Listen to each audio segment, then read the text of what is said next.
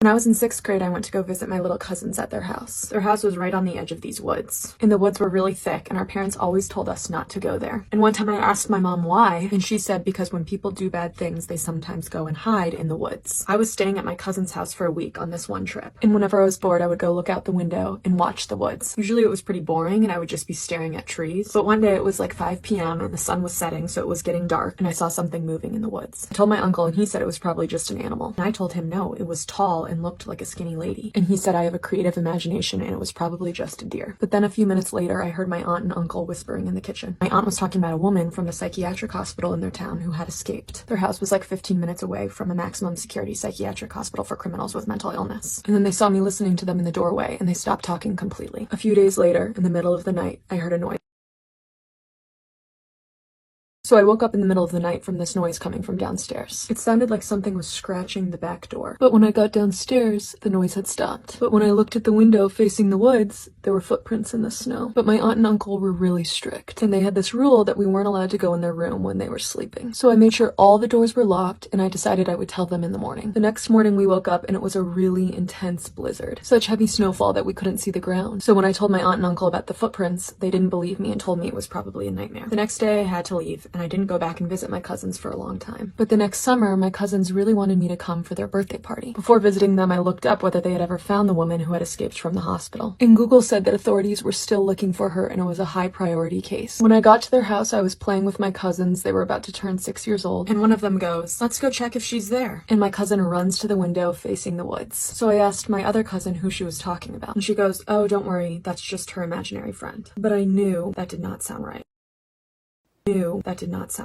So I asked my cousin more about her imaginary friend, and she said she lives in the woods. And when I asked her if she ever spoke to her imaginary friend, she said no, just sometimes they wave to each other. And then when I asked if this imaginary friend was real, she shrugged and she said, maybe. So I really wasn't sure what to do because my cousin was always playing imaginary games and making up fake scenarios, and she had had imaginary friends in the past, so it wasn't unlike her. But I kept thinking about the missing insane asylum patient, and it just seemed eerie and coincidental. The next day was my cousin's birthday party. They invited all their friends and they had a pool party. When all the little girls were done swimming, I hung up all their bathing suits on a clothing line that was strung from their house to a tree on the perimeter of the woods. Later in the afternoon, everyone wanted to go swimming again, but when I went to get their bathing suits, one was missing. So one of the girls had to swim in a t-shirt and shorts. But when we were all in the pool, I noticed in the corner of my eye that there was something blue in the woods. So I got out of the pool and I walked a little bit closer, but I was timid because I was super scared of the woods. And as I got closer, I realized it was the girl's bathing suit. At first I thought maybe the wind had blown it, but then I realized there was absolutely no wind that day. And even weirder, the way it was hung up on the tree looked like someone had put it there. It didn't look like it was blown there. It was hung there really neatly. The day after the pool party, my uncle was like, "Damn, you guys really went to town on the pickles." And we were all like, "What?" He's like, "I bought that huge jar of pickles from Costco last week and they're all gone. Didn't you guys eat them at the birthday party?" And I was like, "We didn't have any pickles at the party. I'm really allergic to cucumbers."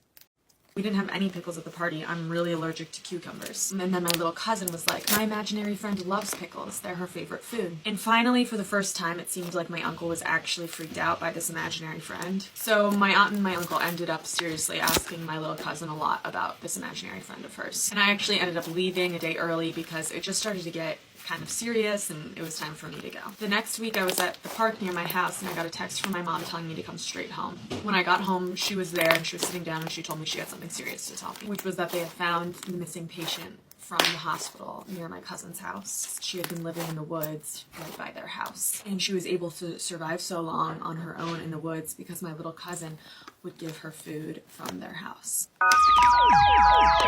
One summer after my sophomore year of college, I was working on an organic farm in Switzerland. But the farm was in this really remote area, so every few days I had to go to the closest town to run errands. But I didn't have a car or anything, so I would hitch rides. And even though hitchhiking is usually a pretty sketchy thing to do as a single woman in a foreign country, I normally felt pretty safe, except for this one time. I was on my way back to the farm and I had hitched a ride on a motorcycle. And then this other guy on a motorcycle came up next to us and was trying to tell me something. And it's super windy, obviously, so I can't hear anything. And we were going like 40 miles per hour on these tiny roads. He's holding a necklace in his other hand that he's like dangling around. I'm like, "No, I don't want the necklace. I don't have any cash on me." But he kept following us and trying to sell it. So finally we get to the spot where I'm supposed to be dropped off. And this guy's been following us for like 30 minutes. And from the place where I'm dropped off, it's still a 10-minute walk to the farm. And the sun is setting, it's getting dark. So I start walking and this guy keeps following me. me, and I start to get this really bad. So I'm getting worried about this guy following me, so I turn to him and say, all I have is $2 American. And that was true, I actually only had $2 in cash on me at that time. And he keeps repeating this word that I don't understand. Oh, pal. That's what he keeps saying over and over again. So I pull out the $2 and I look at him and I'm like, this is all I have. And he's like, okay. And he gives me the necklace and I give him the $2. And I'm not even sure if he'll leave me alone at this point, but after I buy the necklace, he turns around and starts walking away. So I'm really relieved. Obviously, I look at the necklace, I can barely see it because it's dark. And when I finally get back to the farm, I have dinner and then I go to bed. And while I'm getting ready for bed, I'm emptying my pockets and I look more closely at the necklace. And I realize it's actually really pretty. It's like a white iridescent gem, and I look it up and I realize it's probably an opal, which would make sense because opal sounds a lot like the word the guy kept repeating. So I decide to wear it because I actually really like it, so I put it on and then I go to bed. But in the middle of the night, I wake up to something I'd never experienced. When I was in 8th grade, both of my parents had to travel a lot for work, so I was home alone a lot. And we lived in this really rural area in New England. Our house was at the end of this 3-mile-long, winding dirt road, surrounded by thick woods. My parents didn't like me having people over when they weren't there, so the only person who ever came to our house in the afternoons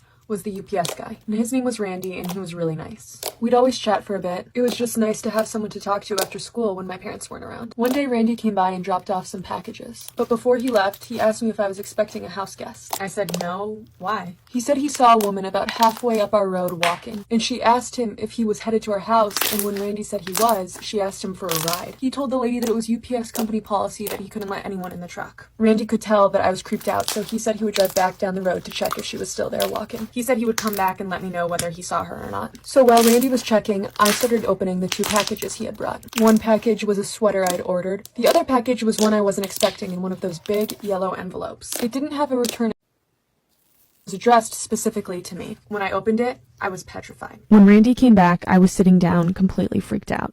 I just opened an envelope addressed to me that had no return address. In it were hair clippings that matched my hair perfectly, an old pink sock that I had been looking for because normally I'm really anal about matching socks, and for months I couldn't find the match. Until now. Scariest of all was a picture of feet. The photo looked like it had been taken at night with a phone and the flash on. And the reason it freaked me out so much is because I recognized the feet. They were my feet. The blankets around the feet were from my bed. And the nail polish was the exact same shade of blue I had been wearing a month earlier. When Randy got out of his car and saw my face, he asked me what was wrong. I must have been as white as a ghost, and I showed him the contents of the package he had just delivered. Randy's face dropped too. I could tell he was just as freaked out. I started having a panic attack and hyperventilating. He said that I should go inside and lock all the doors to be safe, and made sure the windows in the house were locked at all times after that. My parents canceled all their business trips for the next 2 months because they didn't want me home alone. I didn't receive any sketchy mail after that, though. Randy still came by and delivered stuff pretty regularly. One day he asked me if I had gotten any more creepy mail, and I told him no, and he looked genuinely relieved. I was grateful for Randy. He was so kind and genuine, and I felt like he would actually protect me in case anything bad happened. I asked him if he had seen the woman, or anyone, walking down the road since that one woman he saw. He paused and then sighed. He said, "Yeah, I actually did see her again a few days ago, on your road. I didn't want to tell you because I know you've been dealing with a lot of stuff, and to be honest, I'm not even really sure it's related," he said. I told him that I wasn't sure it was relevant either. It could just be a nice lady going for a walk, getting some fresh air. Eventually, after a few months, my parents started to relax and get more comfortable. I still hadn't received any more stalker mail, and they didn't know about the walking lady that Randy had told me about. I had never mentioned it to them. A business trip at the same time in March. But they weren't totally comfortable yet, so for the first time since I was in 5th grade, they hired a babysitter. Jackie Ward was her name. She lived in town and was nice enough, and honestly, I was still pretty spooked, so I was happy to have Jackie around. I had been having trouble sleeping, and whenever I heard a noise in the house, I would wake up. I also slept with a knife next to my bed. I felt kind of crazy, but it did make me feel safer. One day after school, Jackie asked me if anyone else lived on the road. I asked why. She said she had seen a black-haired lady, really pale looking, not wearing a jacket, even though it was still March and really cold out. Jackie said that when she drove by, the woman glared at her, like she was driving too fast or something, even though she was going really slow. I told Jackie that no one else lived on the road. The only thing at the end of the road was our house, so if she was walking for any purpose other than exercise, she was coming to us.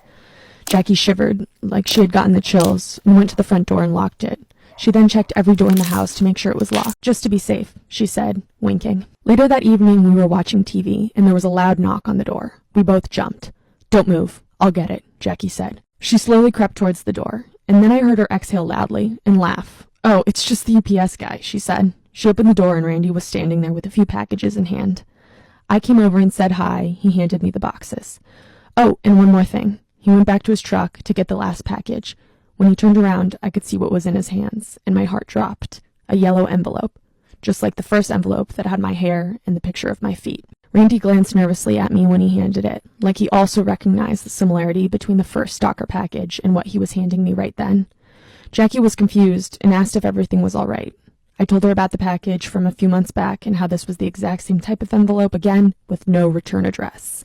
"Well, we have to open it," Jackie said. "In case it's another one of those letters, we have to take it to the police." Jackie was right. So I slowly tore open the envelope and looked. There were old hair ties that I recognized, nail clippings, and again, pictures. But this time, the pictures were of me at school. Through windows when I was in class, me walking out of school in the parking lot, one of me walking into the bathroom, and that picture was the creepiest, because it looked like it had been taken from inside the school. Jackie lost all the color in her face. She was more freaked out than I was. Randy looked worried too. He told us we should definitely take the letter to the police for further evidence. Jackie and I got in the car immediately and drove there right away. The police took the letter and told us they would run prints to see if they could find any matches in their fingerprint database. We stayed at the police station while they did that. When the officer came out, he said that they had found a match. Randy Douglas. He was in their database because 7 years ago he had been charged as an accomplice to an unarmed robbery of a 7-Eleven. I told them that Randy was the UPS guy, so it would make sense that his prints were all over. I was surprised, though, to hear that Randy had a criminal history. To rewrite their future if they're motivated to, so I wasn't judging. When Jackie and I got home, the door to our house was ajar. "Fuck," Jackie said. "I think I forgot to lock it." I told her not to worry, the wind sometimes blows the door open if it's not locked. But a few minutes after we got inside, Jackie realized she couldn't find her laptop. I ran upstairs to see if mine was still there, on my desk where I always kept it, and it was gone too. I went into my parents' room and opened my mom's jewelry drawer, and all her jewelry was gone. Our toaster was missing, a pair of boots, my dad's ski jacket was gone, our cast iron skillet had been taken. Creepiest of all was that my dirty laundry hamper had been emptied. I only had a few things in there because I had just done laundry. A few pairs of dirty underwear, a t-shirt, my track uniform. But they were all gone. Jackie was already calling the police when I went back downstairs. They were at our house for a while, looking for evidence. They examined the tire tracks in the mud outside our house. The weird part was that it looked like there were only 2 different types of tire tracks. But the police said it was pretty wet and messy in the mud, so it was really hard to tell. There definitely could have been a 3rd type of track that they couldn't see. They told us that they would station a cop car at the end of the road for the rest of the week, to watch for anyone who drives up. That made me feel better. A few days later, Jackie and I went to Trader Joe's together. My parents would be back the next day. Jackie really wanted to tell them what had happened, but I convinced her to wait until they got back. We were in the dairy aisle when all of a sudden Jackie gripped my arm really tight. "Ow," I said. "That's her," Jackie whispered. "The woman I saw walking on your road." The woman was looking at eggs and didn't see us. She looked exactly as Jackie had described. Black hair, pale, slender, like she needed to eat a hamburger or something. Jackie and I hid behind the aisle watching her. We didn't want her to see us, but we also looked really suspicious hiding behind the chips and salsa like that. People were giving us weird looks. We watched as the woman checked out. I could hear the cashier ask her how she was doing, and she didn't say anything back. She didn't even smile. Then I noticed something from her. She was wearing my mom's jade necklace, one of the pieces of jewelry that had been stolen during the robbery a few days earlier. I told Jackie and she said we had to follow her so that we could get her license plate number and then tell the police. The woman walked out of the Trader Joe's automatic doors and we followed. I couldn't believe when I saw the car she was walking towards. A brown UPS truck. "What the fuck? She works for UPS?" Jackie said incredulously. "Maybe she stole it," I whispered. I took a picture of the license plate number discreetly. I called UPS to report the vehicle. I told them that I thought one of their trucks had been stolen because we saw someone who definitely wasn't a UPS employee drive off with it. Or if she was a UPS employee, then she also was a thief who broke into my home. They asked for a license plate number to look up. They told me they didn't have a truck in their system with the plate I provided. I was confused, but then, for some reason, I found myself asking them to look up the driver, Randy Douglas, because the truck looked a lot like his, although I know all UPS trucks do look the same, of course. I could hear the operator typing, and then exhale over the crackled in my ear. "We don't have a Randy Douglas as an employee at UPS, ma'am." "What?" I said. "Yes, you do. He comes to my house like every other day to drop off packages." The operator asked for my address, and I provided it. "No, that's not right," the operator said. "Protocol for your address is to leave packages at the end of the road. We never send drivers down back roads longer than 2 miles. My eyes widened as I looked at Jackie. What? She said anxiously. We have to go to the police right now, I told her. It's Randy.